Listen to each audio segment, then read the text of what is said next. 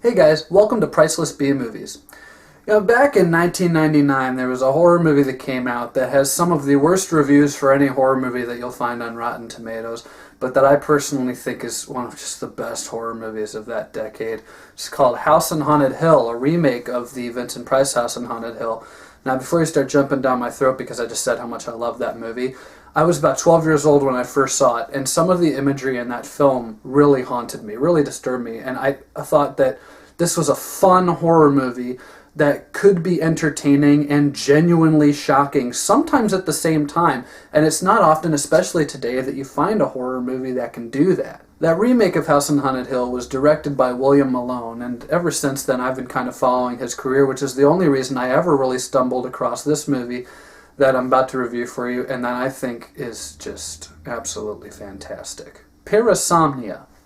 Most of us at some point in our lives, whether it's because we've seen the Disney movie or because we've actually read the story, have heard of the story of Sleeping Beauty. Parasomnia is basically a modern horror film take on that story. It's about this girl played by Sherilyn Wilson who has this sleep disorder, and it causes her to be asleep for most of the time. She only ever wakes up sometimes just a few minutes at a time. She lives about 98% of her life asleep. She's discovered by this kid played by Dylan Purcell in a really great performance. I really like him in this movie. And he basically becomes enamored with her.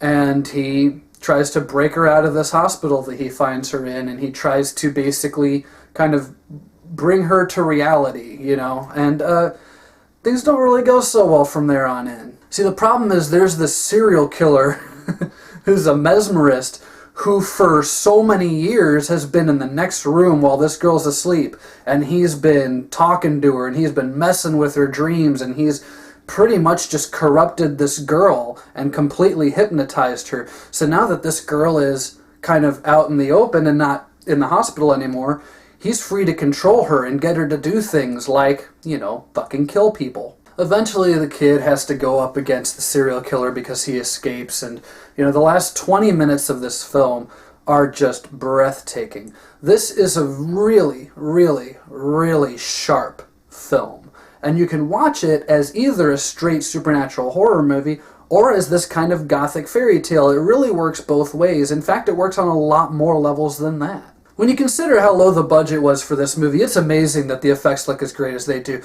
There are some really interesting images in this film, images that you won't find in other movies. And when I say interesting images, I don't mean, oh, that was a cool CG effect. I mean that William Malone has created a world with these dream sequences that is unlike anything you'll ever see in any other movie, unless it's another William Malone movie, because he definitely has his kind of own Tim Burton-esque approach to all his films. The supporting cast is actually pretty good. Jeffrey Combs, who has showed up in a number of movies that I've reviewed, also shows up in this as a detective who gets on the case of the missing girl, and then eventually realizes that the problem isn't that this kid took the girl, it's that the serial killer is on the loose.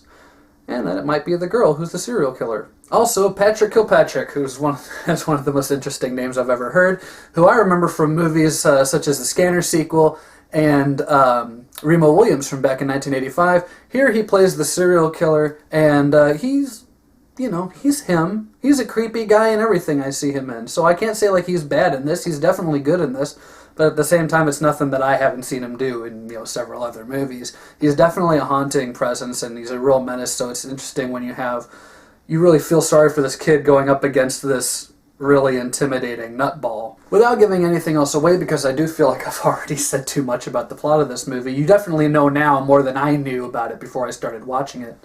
I will go ahead and give Parasomnia 4 stars. If you have not seen this movie, you need to. I guarantee you that you have never seen anything like this before. I put it right up there with The Cell in terms of these mind-bending dream world thrillers. This is a really inventive, really innovative, especially, like I said, for as low as the budget was. This is an amazing film. And it's not a film that you'll find too many places, but if you are able to find a copy of it, it is well worth your money and your time. That's my review of Parasomnia. Stay tuned, I got a lot more reviews coming. As always, if you think that there's a film that doesn't get as much praise as it should, or a film that gets a lot more flack than you think it should, let me know if you want me to hear my opinion on it. Let me know in the comments section, and I'll see what I can do about finding a copy of that movie, giving it a watch and putting up a review for you. Thanks for watching, and stay tuned for more Priceless B movies.